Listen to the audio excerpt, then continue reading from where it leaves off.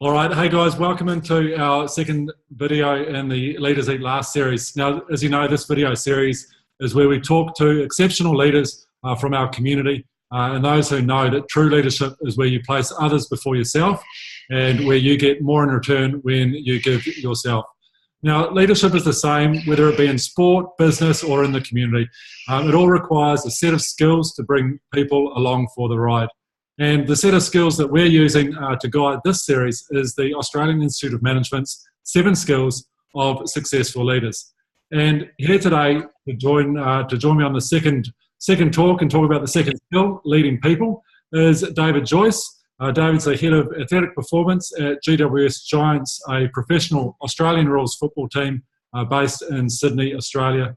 Now, David is also internationally known and a respected physio, author, speaker, sports performance specialist and a sports fan.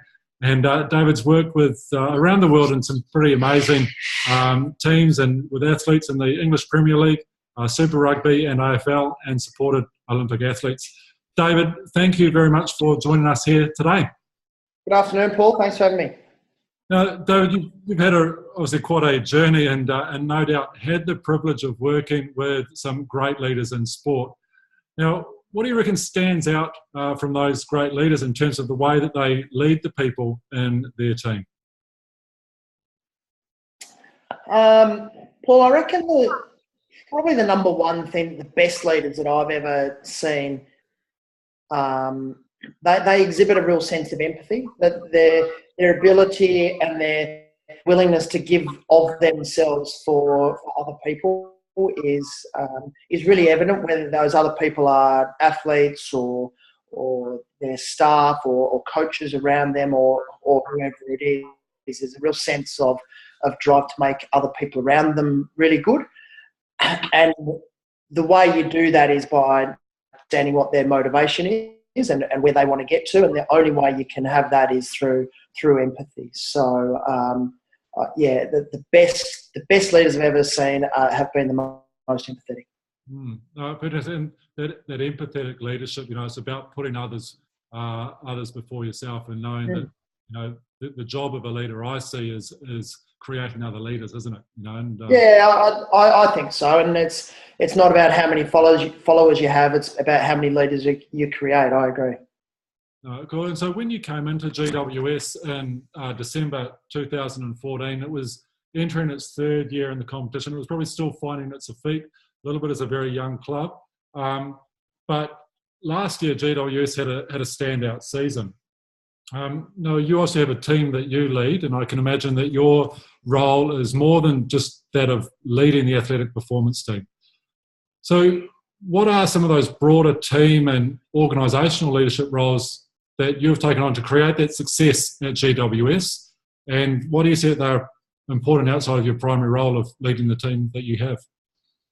Yeah, so we had a pretty good season last year in that we got to the game before the grand final, which for an organisation as young as ours was pretty good. But I think some people think that last year was a season out of the box, so to speak. But the reality is that season, it was a progression on the year before and the year before that and all those sorts of things, similar to how when you go to the beach, you see a wave crashing on the shore, but actually that wave was created many miles out to sea. So whilst it's true we had our best season in terms of results, it wasn't as if there was just a sudden change that occurred last year, so to speak.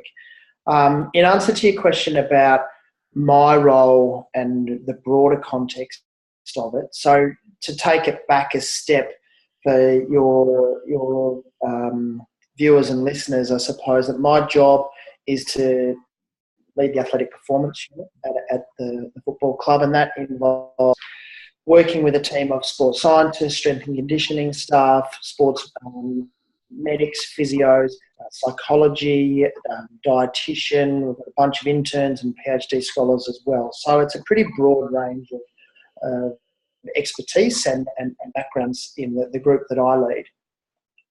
And on top of that, I suppose I'm one of the more senior staff. There's myself, there's our GM of football, Wayne Campbell, our senior coach, Leon Cameron, our director of coaching, Al McConnell, our head of welfare, Brett Hand. So there's a few of us who work together to provide context to the whole football club, in the whole football department of the club, in terms of the culture and the values that we want to stand for and we want to hold other people accountable to.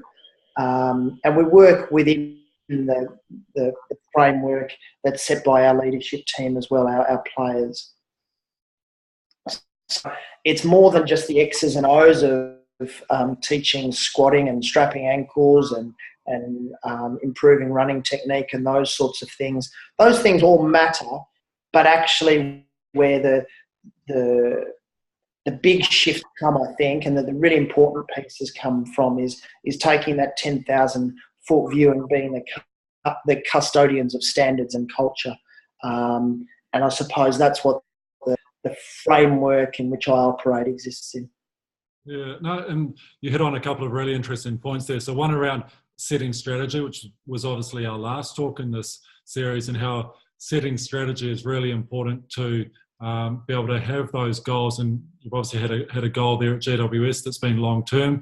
I remember when I visited there a few years ago, just when the club was starting, and there's some very clear goals around where performance wanted to be over those 3 to 4 years, and you're starting to see you actually hitting those last year. And so it is a long-term goal and a long-term strategy. Yeah, absolutely. You know, the thing is though that we want to win the premiership, but so do 17 other teams. So we need to have something which is greater than just winning a flag, because winning the flag is the same as what everyone else wants to do. So broadly speaking, we want to do that. But I firmly believe the measure about the success of our football club is not necessarily whether we win the premiership this year or next year or the year after or in 10 years' time, but it's more about the growth of our game and the growth of our club within our broader community, which, as you know, is not a traditional Australian football, heartland.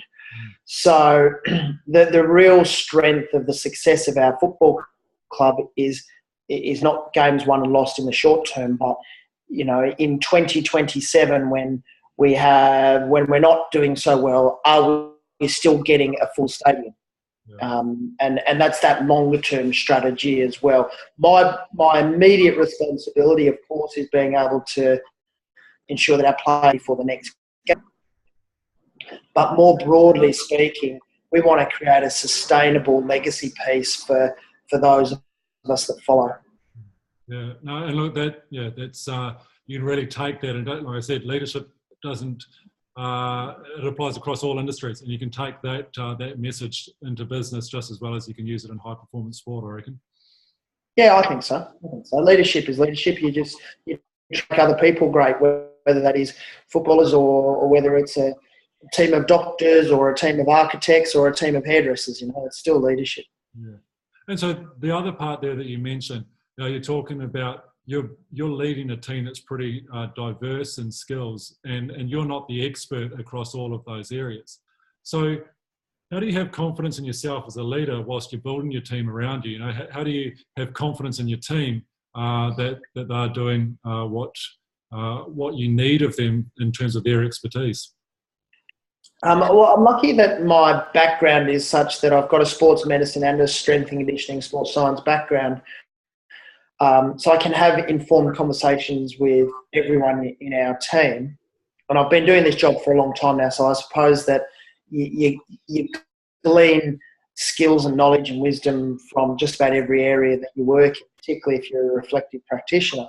But you're right, I'm not the subject matter expert in dietetics, for example.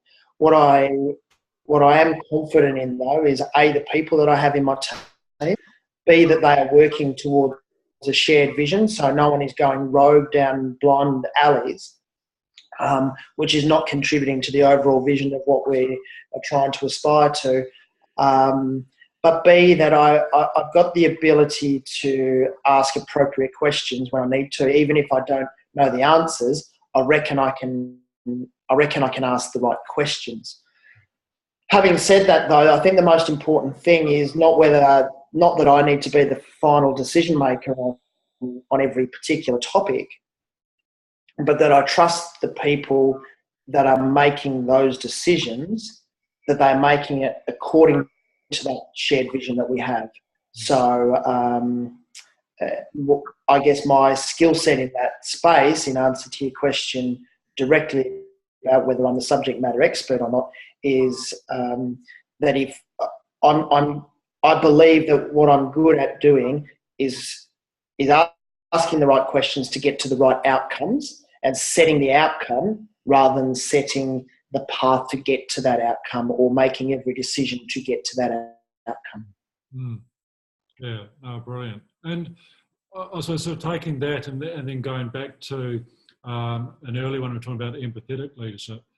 And so we obviously live in an increasingly value-based world where people, they don't work for a wage, they don't work for the pay. They actually want to work in an environment that meets their needs and meets their values. What, as a leader, what sort of do you strive to provide to those that you lead? What do you do anything different at GWS that sort of creates that environment, that culture that others could learn from? Do you think high performance sport is a bit different to business at times, and we always look to high performance sport for learnings? Yeah, it's funny you say that, because I look to other businesses as well, or other sectors, because I think in sport we do a lot of things really, really well, but I think there are aspects of schooling or healthcare or architecture or whatever it is that do things better than us as well, us being sport. So, but in answer to your question, I think what the research is continually showing now is that most people in the Western world get an adequate amount of money, particularly professionally, to continue their lives and their development and make a pretty healthy and let's face it, wealthy living. So really, you don't really want to compete on price, I don't believe, for wage, because we constantly show that doesn't necessarily make people happy, and it doesn't necessarily contribute to staff retention. What I do believe contributes to staff retention is the development of those people. If one of my staff members knows that he could go to another football club or another sport and get more money, but won't be as developed, won't be as stretched, won't be as enriched, I believe that does have a value. It's incalculable, but it is still really, really important. So if my staff know that I invest in them, I invest in their development, I invest in their brand, or give them the ability to exercise their creative freedom, that is that beyond a certain level of pay packet, that's more valuable. So once you get above the breadline, once you get to a level of pay which enables you to be comfortable, money contributes less to your overall satisfaction. What contributes most is your ongoing development and your sense of creative freedom, your sense of being respected and valued, and your work contributing and being acknowledged, rather than just you being a robot that gets it's just involved in process.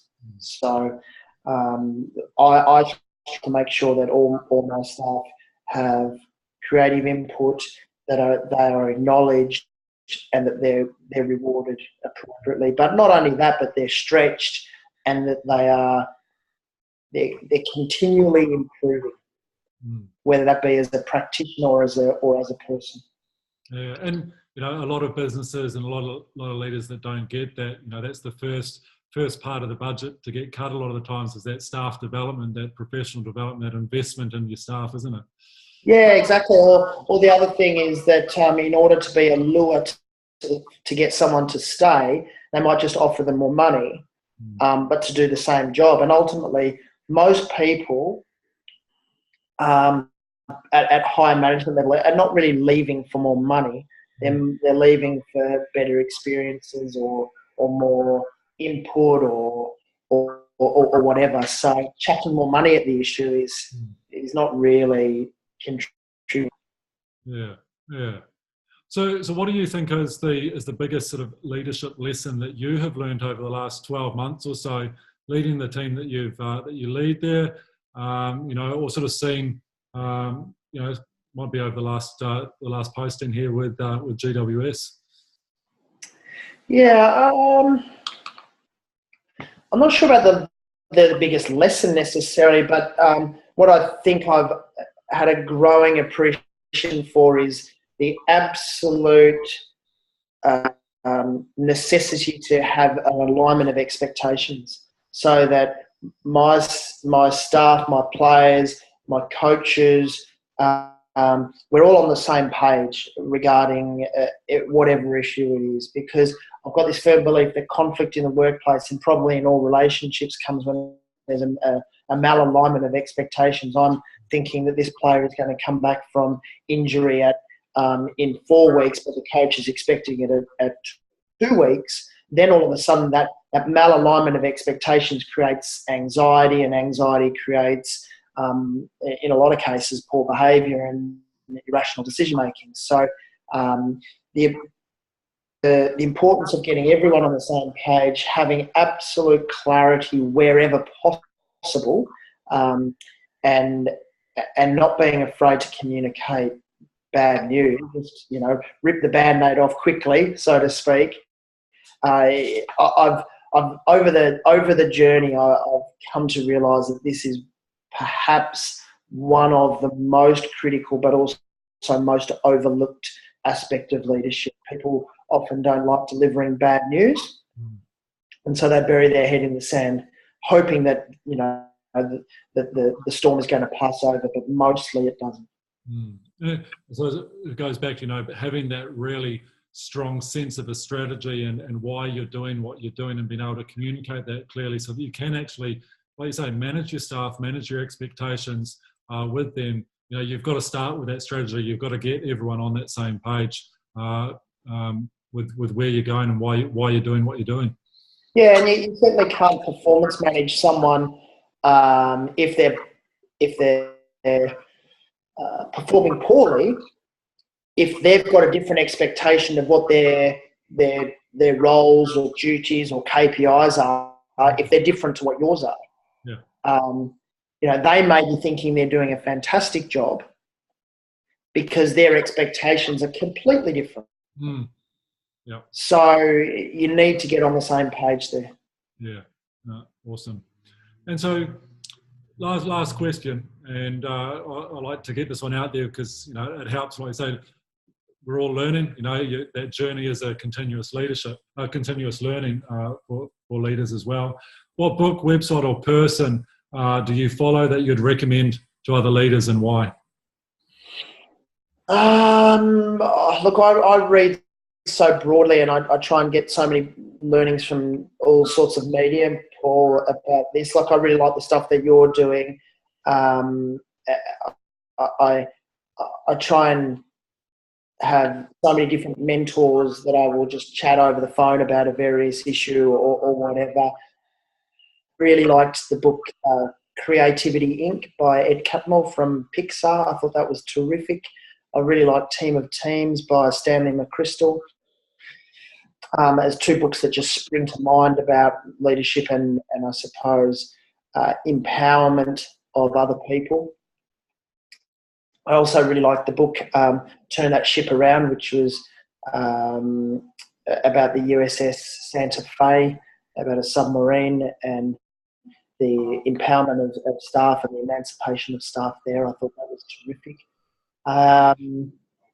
So I don't think that I can reduce it to one. And I'm sounding a bit like a politician here, but there's so many different broad aspects of things that I'm constantly trying to improve upon, and there are just a couple of ones that spring to mind most readily. No, brilliant. Well, thank you very much for your wisdom, your knowledge, and your time today, David. It's much appreciated. And like all successful leaders, you are generous with your time because, like you say, you've had great mentors and people that have put their time into you. And I think that's a really valuable part for emerging leaders is finding a mentor and finding people that you can you can lean on and ask questions. I suppose what would be your approach, to going off and actually finding the mentor? How would you do that? So I think I don't necessarily think that you need one mentor. You might have a mentor for an aspect that you're trying to develop, but knowing that development as a person or as a leader is multifaceted. So, for example, if I will have a mentor that I tap into about difficult conversations, because I really respect their ability to have difficult conversations. Whereas I might have a different mentor about some sports science specific thing, then a different mentor again for delivering bad news or whatever it is. So I wouldn't necessarily have one mentor, but what I would say is that the best mentors are not necessarily the ones that give you the best answers, but they're the ones that give you the best question, that ask the best questions. Yeah. So someone that is generous with their time but is really willing to stretch you and give appropriate feedback, rather than someone who just says, "You're doing great," because that's not particularly constructive. So, someone probably. I suppose one of the easiest ways to do it is I often ask my staff, "Who's got the job that you want in 2 years or in 5 years?" And then you go and speak to that person and go, "Right, well, how did you get to where you are, and what are the steps that I can get there?" That's probably a good way to start, I'd say. Oh, brilliant. Well, David, once again, thank you very much. Thanks for being a part of this series, and all the best to you and the rest of the team for the rest of the season. Thank you. It's a very great pleasure, Paul. Thanks for having me on.